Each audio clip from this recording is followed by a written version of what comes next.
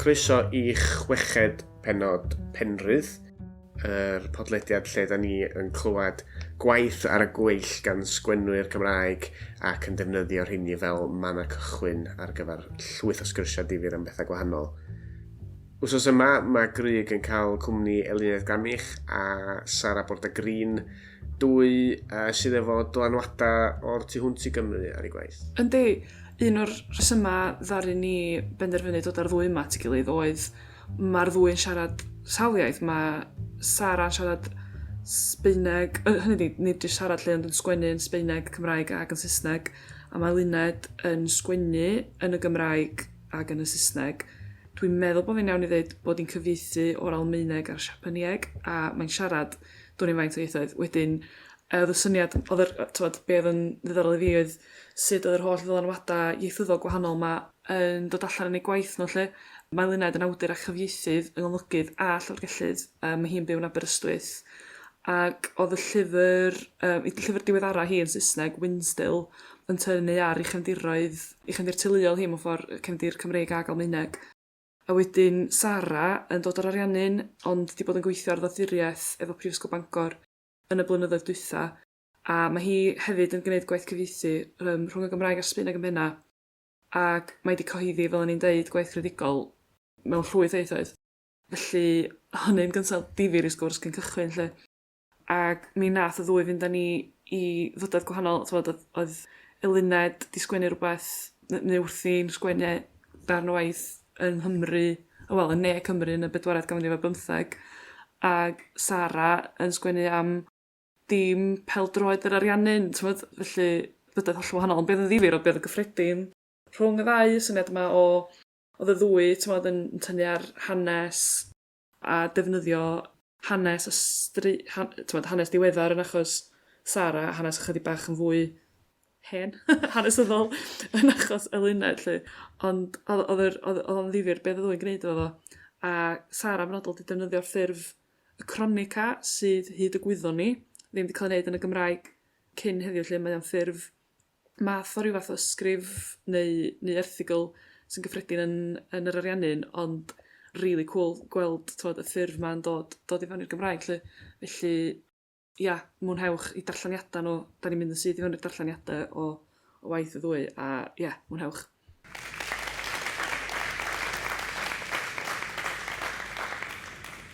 Ysgwennu ydy'n man cychwyn ni, a felly da ni am gychwyn drwy glwad darnau o waith sgan Eluned a Sara ar y gweill. A mi ddechreuwn ni efo Eluned os di hynna yn iawn. A mae hi am ddarllen darn agoriadol stori Margaret Hughes. Eluned, tybed fysa ti'n rhoi rhywfaint o gefndir i'r darn ma o lle mae di dod a yn darllen y pwt gen ti I ni ysgolod yna? So beth gyntaf I ddweud yw drafftiau hwn. So, just dal yn gweithio yna fe. A'r syniad, stori gwir hanesyddol yw'r stori yma. A mae'n cael ei, digwyddodd yn ardal bach yn Geredigion o enw Ysbyty Cynfyn. A os chi'n mynd I Ysbyty Cynfyn, i'r eglwys na yn y Manwent, mae yna carreg Beth. Ar y carreg Beth, byddwch chi'n gallu gweld yr enwau o 4 baban. Mae'n marw chydig o dyddiau ar ôl cael ei geni, a dyma'r y record gyntaf, cofnod gyntaf o 4 prig o quadruplets sydd wedi cael ei geni yng Nghymru.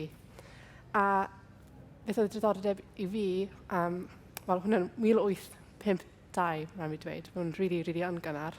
Y diddordeb I fi oedd y ffaith bod yr enw y gŵr ar y carreg Bedd, yr enw y quadruplets, yr enw yr chwaer a brawd fach, ond oedd y enw y mam, dydy ddim ar y carreg Bedd, mae'n absennol. So ni dechrau dychmygu yr bywyd Margaret Hughes, sef y mam, y plant bach yma. So fi jyst yn mynd I darllen darn bach nawr. A o'n i'n jyst dychmygu beth oedd mynd trwy ei meddwl hi, fod yn beichio gyda 4 baban yn 1852. Beth byddai hi'n neud? O'n i'n meddwl falle bydd hi'n mynd i'r parchedig, i'r wicer, I siarad gyda fe beth I dyfodol. So dyma'r sgwrs. Roedd y parlwr y parchedig Thomas yn ystafell fechan, llachar, yn llawn o luniau a fflatiau a ffentyrau o lyfrau ar y dresser. Roedd Mrs Davies wedi gosod y te ar fwrdd crwn caboledig a a ffiol o flodau sychion yn eistedd ar ganol llian les. Roedd yn edrych yn bert, yn wahanol i wyneb Mrs Davies pan welodd y parchedig gydag ymwalydd anusgwyl. Cwpan o soser i Mrs Hughes, os gwelwch yn dda, Mrs Davies. Doeddwn ni ddim yn gwybod fod gennych apwyntiad, meddai, gan osod y cwpan o soser i lawr yn sydyn o flaen Margaret. Hoffech chi mi arllwys? Dim diolch. Safai Mrs Davies wrth y drws gan obeithio clywed y sgwrs. Os nad oes ots gennych chi roeliad i ni? Diflannodd Mrs Davies heb air, ond roedd gan Margaret deimlad nad oedd hi wedi mynd yn bell. Nawr, meddai'r parchedig, gan arllwys y te, am beth yr hoffech chi siarad am i, Mrs Hughes? Allan o bopeth roedd hi'n meddwl y bydd y parchedig yn ei ddweud, nid roedd hi'n disgwyl hyn. Dyma hi yn ystedd wyneb ag ef, prin yn gallu estyn am ei chwpan, estymog mor fawr a buwch ar fynd lloia, yn fwy na'i chorff cyfan, yn fwy ac yn drymach na 2 blentyn, 3 a 5 oed, gyda'n gilydd. Mwy na 10 glob yn ysgol y pentre, fel hwch ar fi'n geni 11 o ferchyll. Bydd eich chroen yn ymestyn mor denau a lliau'n caws, mor denau a chroen a nifel wedi dynnu'n dyn o amgylch y Celtig, a'i orchuddio a gweiodd coch fel gweioedd o waed, a gofynnodd iddi am beth yr hoffai siarad. Hwn, meddai hi, gan awgrymu ei bol. Beth yn arbennig? Y ffaith fy mod i'n gwybod, meddai Margaret yn araf, y byddai farw yn fuan. Beth sy'n gwneud i chi feddwl y byddwch chi'n marw? Edrychodd i fi lyged wedyn. Roedd hi wedi bod yn osgoi edrych arno'n uniongyrchol hyd yn hyn. Roedd hi'n meddwl ei fod yn gwneud hwyl am ei ffen, ond roedd ei fynegiant yn niwtral, a chydig yn chwilfrydig efallai. Edrychwch arna i, meddai. Ydych chi'n meddwl bod hyn yn iawn? Nid yw'n gwestiwn o beth sy'n iawn neu ddim yn iawn. Mae'n gwestiwn o beth mae Duw yn ei ewyllysio. A na dwi'n meddwl bod Duw eisiau i mi farw. Dydych chi ddim yn gwybod hynny, meddai. Dim ond ef sy'n gwybod. Iawn, meddyliodd hi, gad i ni symud ymlaen. Dwi'n poeni beth fydd yn digwydd i Hugh a Maggie bach. A oes unrhyw beth gallaf fi wneud sicrhau bod nhw'n cael gofal da, i wneud yn siŵr y byddaf yn gweld nhw eto yn y nefoedd. Ydych chi wedi bod yn gweddio? Ydw. Gyda'ch gilydd fel teulu? Ydyn, meddai, mai dim ond hanner gwir oedd. Weithiau mae'n syrthio i gysgu cyn medru plygu gliniau.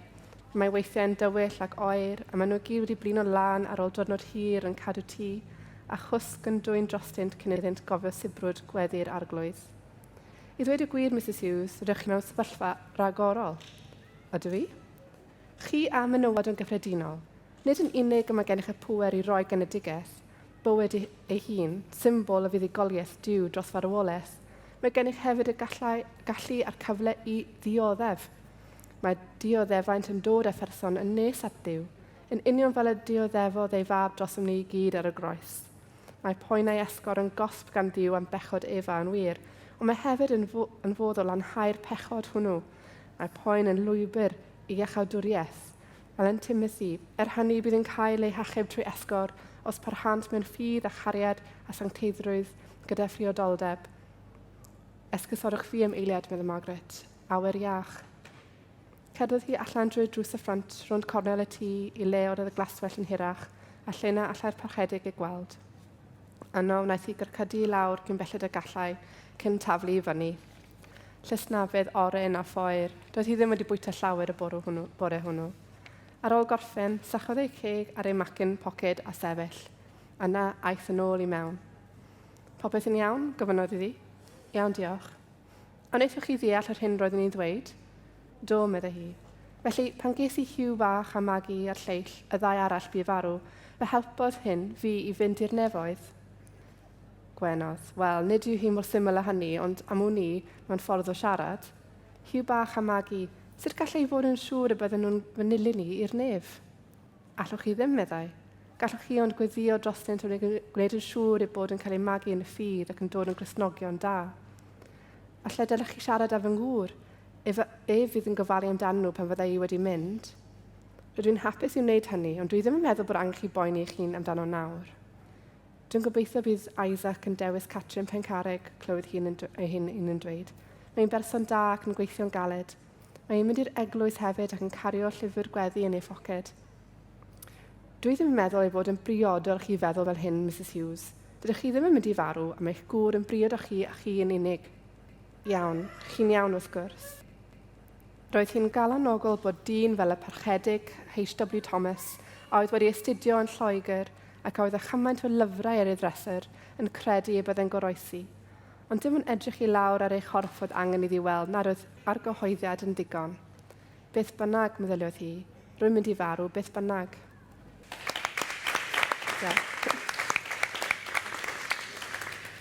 Nawr ni droi'n sydd at Sara, os dyna'n iawn, a ti'n mynd i ddarllen rhan rhywbeth o'r enw cronica cwpan y byd.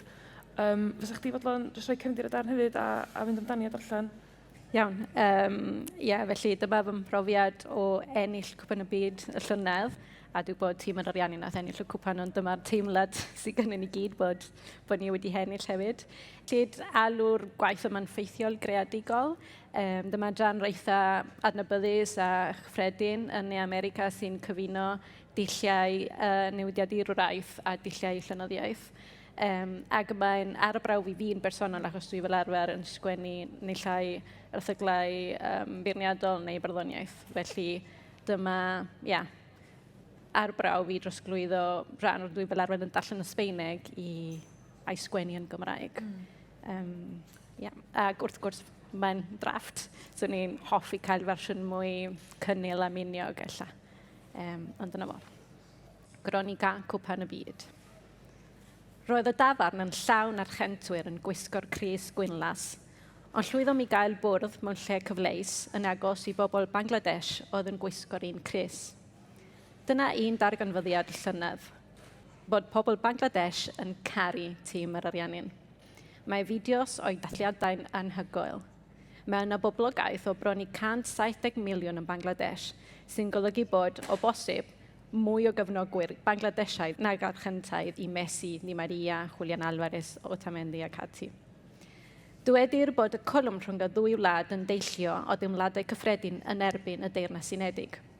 Ym 1942, gorchmynnodd Churchill i dorri cyflawniad nwyddau angenrheidiol i ffwrdd i'r wlad a oedd ar y pryd yn rhan o Pakistan, ac arweiniodd hynny yn newyn am arwolaeth 3 miliwn o bobl. Hefyd, roedd yr ariannin yn un o'r gwledydd cyntaf i gydnabod Bangladesh fel gwladwriaeth annibynnol ym 1972. Ystyriwyd goliau Maradona ym 1986 yn erbyn Lloegr fel rhyw fath o gyfiawnhad iddynt, ac ers hynny, maent yn cefnogi tîm pêl-droed o waelod De America yn ddiamod. Mae byd y chwaraeon a'r byd gwleidyddol yn gorgyffwrdd yn aml, sdim angen ymhelaethu ar hynny yn y cyd-destun Cymreig, nag oes. Dwi o'r genhedlaeth a dyfodd yn clywed am cwpanau'r byd 1978 a 1986, ond yn profi siom ar ôl siom. Chwedla un o ganeuon y cae, no te lo puedo explicar porque no vas a entender las finales que perdimos, cuántos años la lloré. Fedra i ddim eich esbonio, ni feddwch yn deall, bym yn crio am flynyddoedd am y ffeinals a gollwyd gennym. Mae gen bêl-droed yn gallu bod yn ddrama go iawn. Fi oedd yn erioed ffeinal cwpan y byd mwy rhyfeddol na'r un y llynedd yn Lwsail. Adloniant i bawb arall, hir ymaros i rhai a chrys gwynlas. Dyna ffordd yr ariannin, mae'n debyg, os yn ennill o gwbl, rhaid dioddef.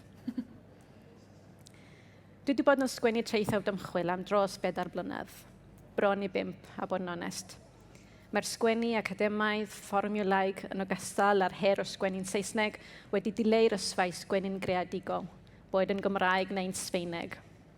Dwi'n wag. Ar ôl dadlau ac ymresymu mewn miloedd o eiriau, sgen i ddim byd arall i'w ddweud. Dwi wedi blino ar ddweud. Dwi wedi blino hefyd ar yr ymdrech i adeiladu brawddegau braidd yn drwsgl a chwilio yn y geiriadur am yr eiriau sy'n cyfleu'r union ystyr mewn golwg. Ar ôl cyflwyno, dyma fi'n troi felly at waith Leila Guerriero mwyn cael ysbrydoliaeth. Mae hi'n un o brif lenorion cyfoes yr ariannin, ei harbenigaeth yw sgwennu gronicas, sef janr a defnyddir yn eang yn America Ladin, sy'n cyfuno adrodd newyddiadurol ac offer llenyddiaeth greadig. Yn fy marn i, mae gwaith Guerriero yn nodweddiadol am ei thriniaeth o'r iaith. Yn ei hysgrifau, mae pob gair yn heiddi ei le. Pleser yw darllen rhai o'i gronicas. Dwi'n dychmygu hithau'n gweithio arni'n fel carflunydd marmor y dadeni, gyda llygaid craff, dwylo beiddgar a dyfal barhad. Mae'n gennau'n dyfrio pan fyddai'n dod ar draws tesyn fel yna, sy'n profocio ac yn parchu'r darllenydd ar unwaith.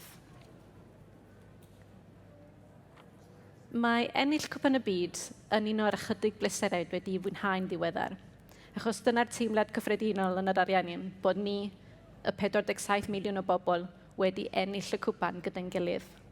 Fel arall, mae bywyd wedi bod yn anodd mewn nifer o feisydd, i fi yma, i'r wlad draw.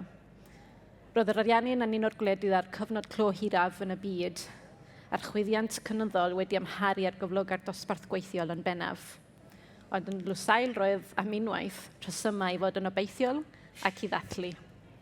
A'r gorau oll yw roedd hi'n haf yn hemisffer y de, gyda hael y faner a hael yr awyr yn disgleirio fel ei gilydd. Yma, fodd bynnag, roedd y neuaf, gaeaf andros o galed erbyn dechrau Rhagfyr. Dyna pryd wnaeth fy isymwybod dadgodio'r hyn a gymryd fi rai wythnosau to i synhwyro. Dyna pryd dechreuodd yr insomnia ar hun llefau. Ar ôl bywyd o gysgu 8 awr yn hawdd fe gollais y superpower. Ymunais mewn chwynciad a chlwb byd eang o oedolion digwsg. Yr ymdrychion, dwi'n gymaint o ysrydeb. Milenial heb swydd barhaol nath i fy hun ond a digon o problemau cysgu. Yn enedigol o'r ariannu'n ac yn siarad am Messi. Dyma eiron ni sawl un ohonom yn te, ceisio bod yn wahanol ac ymuno ar y dorfa o bobl amgen. Ar y 19 o Ragfyr, wnaeth trigolion Bangladesh, fy ffrind o Gymru a finna, dathlu stori anhygoel. Lionel Messi'n cwblhau llwybr yr arwr yn y ffordd gorau posib, sef gyda'i ffrindiau. Roedd pobl ymylon y byd yn dod at ei gilydd i ddathlu buddugoliaeth symbolaidd yn erbyn Ffrainc o bawb, mewn tafarn dinod yn hanol dinas yn Lloegr o bobman. Ac eto, rhywlen fan hof, roedd sgwrs gyda ffrind arall o'r Almaen yn adlais hefyd, wrth iddi sôn am y ffordd wnaeth ennill cwpan y byd 2014 yno, ysgogi neu sianeli fersiwn niweidiol o genedlaetholdeb. Ar nos Sul oer a glib, y 19 o Ragfyr, mi fydd yn rhaid i'n ffrind dweud wrthyf bod cic Montiel o'r smodyn yn golygu fod popeth drosodd. Y diwrnod canlynol aeth 5 miliwn allan i strydoedd Buenos Aires, y brifddinas, i groesawu'r tîm a'r cwpan air.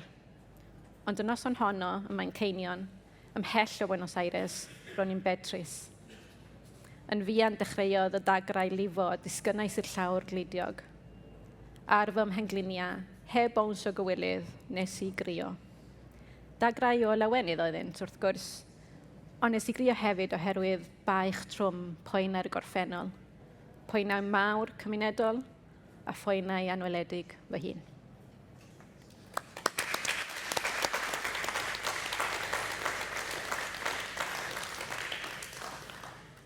Diolch o galon i chi'ch dwy, dwi wedi mwynhau yn arw eistedd ma'n gwrando.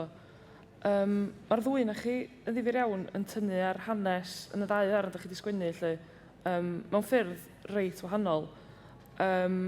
Ond hynny di, mae'n debygol hefyd. Eluned, ti'n cymryd stori hanesyddol a stori wir, ac yn ei droi hi'n stori yn lled ffuglenol. Be nath dynnu chdi at hanes Margaret i ddechrau fe, a sut ti wedi ffeindio'r profiad o droi hwnna'n yn stori yn dan y Llenyddiaeth, Wel, nes i clywed y stori tro cyntaf ar Hendw. O'n i ar Hendw beth bach yn ddiddorol iawn. O'n i'n mynd yn wac drwy ysbeth i Cynfyn. Oedd y briod ferch yn esbonio, mynd yn i'r carreg Beth, yn esbonio'r stori. Ar y pryd, o'n i'n meddwl bod e'n stori diddorol iawn, ond nes i anghofio fe wedyn. A nawr dwi'n feichiog gyda fe ail plentyn, ac yn y dechrau o'r feichogrwydd, o'n i'n sal iawn am fisoedd, o'n i'n tablu i fyny sawl gwaith y dydd a pethau fel yna. Actually, o'n i'n meddwl, reit, mae'n rhaid i fod yn feilliad. O'n i'n mor fawr, mor sydyn, a wedyn o'n i'n teimlo mor sal. A wedyn, mewn ffordd, o'n i'n just dechrau meddwl, oedd y stori yma o Margaret Hughes, wedi dod nôl ato fi wedyn. A nes i jyst myfyrio dros beth mae hi wedi mynd trwyddo i cael 4 plyg yn 40 ganrif a 15. A fi'n jyst yn cwyno achos fi'n bach yn sal. A wedyn, roedd y stori yma'n mynd trwy fy pen fi tro ar ôl tro. A wedyn hefyd, y trydydd peth, dwi'n Dwi'n gweithio yn y llyfrgell genedlaethol ar y ddesg yn aml. A mae yna lot o cofnodion na, so cofnodion eglwysig a plwyfi enghraifft. So, o'n i'n edrych, pan oedd bach o amser dy fi, oedd yn dawel ar y ddesg, o'n i'n edrych tu fewn i'r hanes y teulu yma, beth sydd wedi digwydd i Margaret Hughes, achos mae hi yn absennol ar y carreg bedd a pethau. A neb yn rili yn gwybod beth sydd wedi digwydd gyda hi. Mae rhai pobl yn meddwl bod hi wedi cymryd ei bywyd ei hunan, a na pam dri ddim yn y bedd gyda'i teulu hi. A mae rhai pobl yn meddwl falle mae wedi mynd i'r seilym yn Gyfyrddin, a mae neb wedi clywed y beth hi ar ôl hynny. So, so o'n i jyst yn mwy o'n wneud fel ymchwil hanesyddol a hefyd teimlo'r fel effeithiau ffisig gorfforol oedd yn feichiog. O'n i jyst yn meddwl bod rhaid i fi sgwennu rhywbeth y biti hi. O'n i'n jyst, roedd y diddordeb na yn mynd yn mwy bob dydd.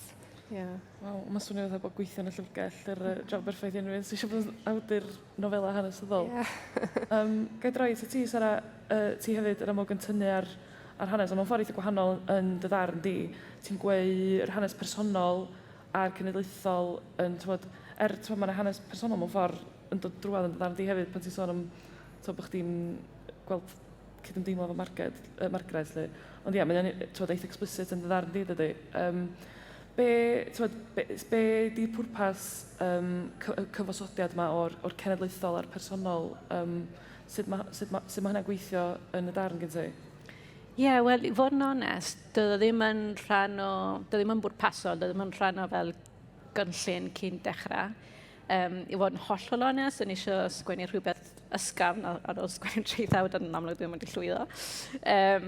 Felly, dwi'n meddwl ar y pryd, o'n i wedi bod yn myfyrio ar y cysyniadau fel gobaith a chyfeillgarwch. Dwi wedi darganfod bod y ddau yn allweddol, bod y ddau yn rhan anatod bywyd, bod ni angen ocsigen a lloches a bwyd, ond ni angen gobaith a ni angen cyfeillgarwch. So, mae'r is-ymwybod yn ein brydychu pan dyn ni'n sgwennu. Ella o'n i'n hireithi am brofiad fel yna, a dyna pam dath hyn allan. Felly, doedd ddim yn rhan o gynllun penodol. Dwi'n meddwl, wrth sgwennu nes ti ffeindio ffordd. O'n i eisiau fel, kind of mynd y dod rhwng y ddau, ond hyd at y diwedd, doedd gen i ddim cynllun penodol. Y ffurf mae y cronica, nes i stôn rhywfaint amdano fo. Felly, ffurf tebyg i'r ysgrif ar am bod o'n tynnu ar brofiad personol? Dyna'r un gwahaniaeth efo cronica go iawn, so ti ddim yn mynd cymaint am dy deimladau, mae mwy fel newidiad i'r wraith. So dyna pam o'n i fel, actually, dwi angen gweithio ar hyn, a falle ychwanegu mwy o... Dwi'n gwybod, mwy o... Achos fel arfer, sy'n ti'n disgrifio'r lleoliad neu disgrifio'r cymeriadau fel sy'n ti'n disgrifio lleoliad neu cymeriad yn y byd llenyddol, ond jyst bod nhw'n go iawn. So dyna'r math o sgrif sy'n cronica. A dwi wedi gwneud fel fersiwn fy hun lle dwi'n cynnwys lot mwy o fy myd mewnol i raddau. Ond mae'n boblogaidd iawn draw, a fel da ni'n dweud, mae yna rhai enghreifftiau gwych. Gwych, O'n i eisiau holi cwestiwn i'r ddwy'n chi o ran, mae'r ddwy'n chi'n amlieithog, lle, dim jyst Cymraeg a Saesneg, ond oedd ti'n sôn am dair iaith ti'n sgwennu ni fanna. A dwi'n gwybod bod ti wedi cyhoeddi yn y ddwy iaith. Wyt ti'n sgwennu yn yr Almaeneg hefyd? Jyst cyfeithi o'r Almaeneg. Jyst cyfeithi.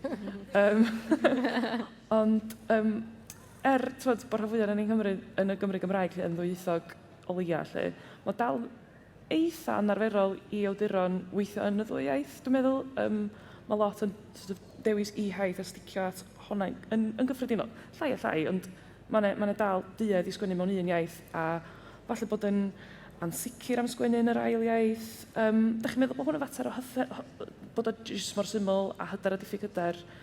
Neu beth di'r gofod na chi rhwng ieithoedd, pethau sy'n digwydd yn y bylchan a rhwng ieithoedd? Da chi'n sôn am gyfieithu, cyfosod, mae'n gallu bod ambivalence a beth yna. Beth di'r profiad chi o weithio rhwng yr holl ieithoedd yma?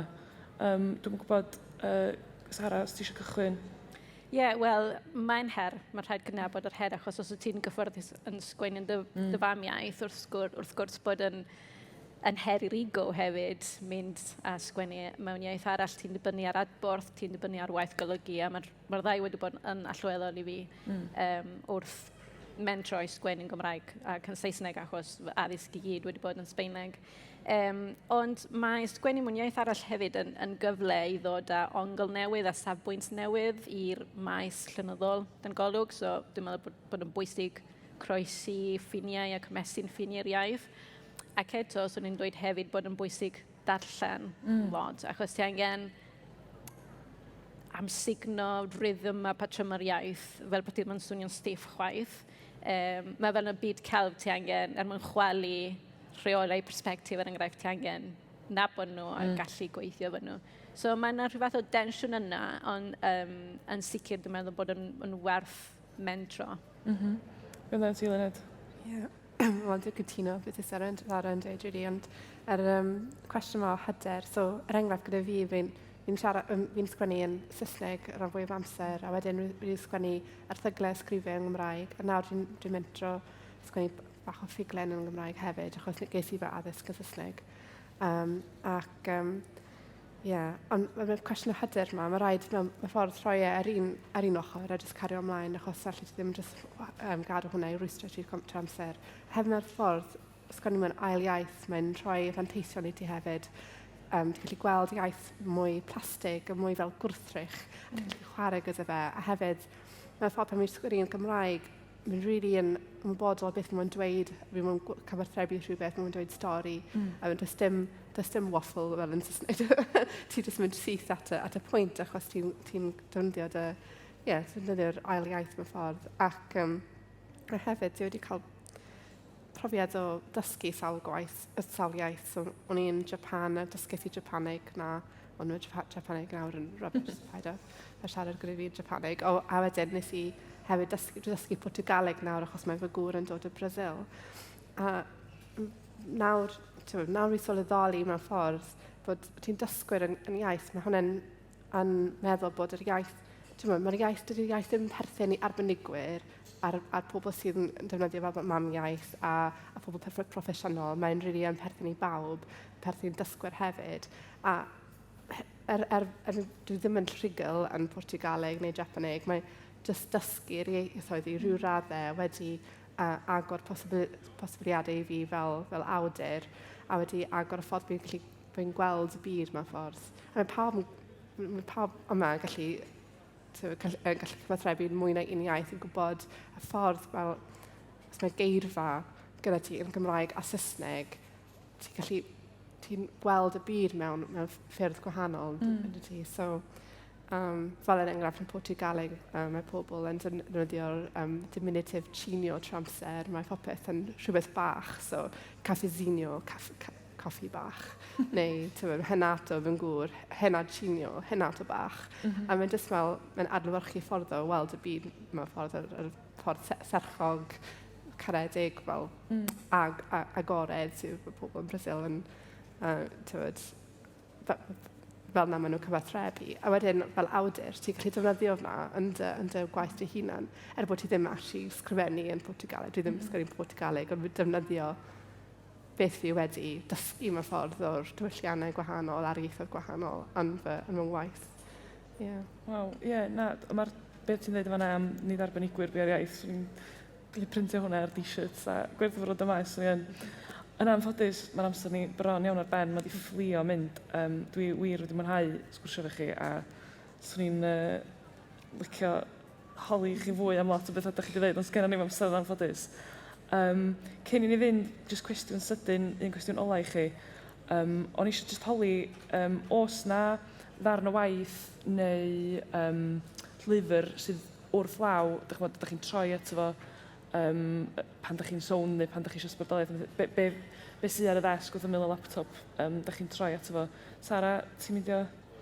Dwi'n meddwl bod dwi ddim yn tueddu ail darllen, yn rai fod yn onest, ond mae wastad gen i copi sbar o nofel byr, nofel yn Sbaeneg gan o Dirys o'r Ariannu'n dwi wir yn yn fwynhau ac dwi'n hoffi rhoi fel anrheg i ffrindiau a gofyn wedyn iddyn nhw beth oedd ei ymateb achos mae'n nhw fel eitha disturbing, beth i gael fel yn esmwyth. Distansiau ar ysgad ydy'r enw yn Sbaeneg, mae wedi cael ei chyfieithu i'r Saesneg dan y teitl Fever Dream. Sa rhywun eisiau helpu fi gyfieithu'r Gymraeg. Sleidiwch into my DMs. Ond, dwi'n hoffi cadw copio hynny mwyn cael wedyn trafod nofel efo rhywun arall. Cool. A be amdano ti, Eluned? Oh gosh, mae'n cwestiwn anodd yn dweud. Ond, so ar y moment fi'n mynd o'n ôl at Angharad Price o Tyn y Gorches. O clasur yn Gymraeg yw e. Ond mae'n helpu fi gyda beth fi'n neud nawr achos o'r stori hanesyddol yw e. Ac so fi ail darllen hwnna. Ond hefyd, mae'n lot o awduron. Dwi'n mynd nôl at nhw tro ar ôl tro. Diolch o galon i'r ddwy na chi am roed cipinio dan y bonet a'r injan i'ch sgwennu chi. Yr hyn sy'n eich gyrru chi a sut ydych chi'n mynd ati. A'n aml iawn, da ni'n cael y cyfle i ganolbwyntio ar y broses ei hun yn fwy'n arallbwn a chreu'r gofod yna gobeithio ydy diben penrhydd. Diolch yn fawr hefyd i'n cynulleidfa ni heddiw yma sydd yma'n fyw ac yn arbennig i'r Eisteddfod ac i Llenyddiaeth Cymru am roi llwyfan a chefnogaeth i'n gallu ni i gynnal y sesiynau yma. Felly gyda fi prawn da a diolch yn fawr, nwch chi roed cymeradwyaeth unwaith eto i'n gwestiwn ni. Os gwelwch yn dda.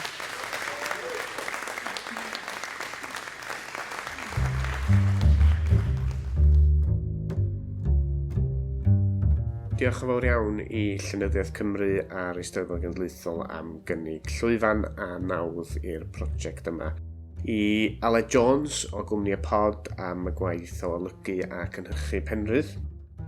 Diolch i'r holl sgwennwyr da ni wedi clywed yn ystod y gyfres yma ac i bawb yng nghynulleidfaoedd byw yn wsos ni ym Moddian. Os da chi wedi mwynhau penrhydd, tanysgrifiwch, soniwch am y podlediad efo'ch ffrindiau a da ni wrth yn bodda hefyd yn clywed eich adborth chi. Fedrwch chi gysylltu efo'r ddau ohono ni ar Instagram @Iestyn_Tyne ydw i ac @Grug Muse ydy Grug.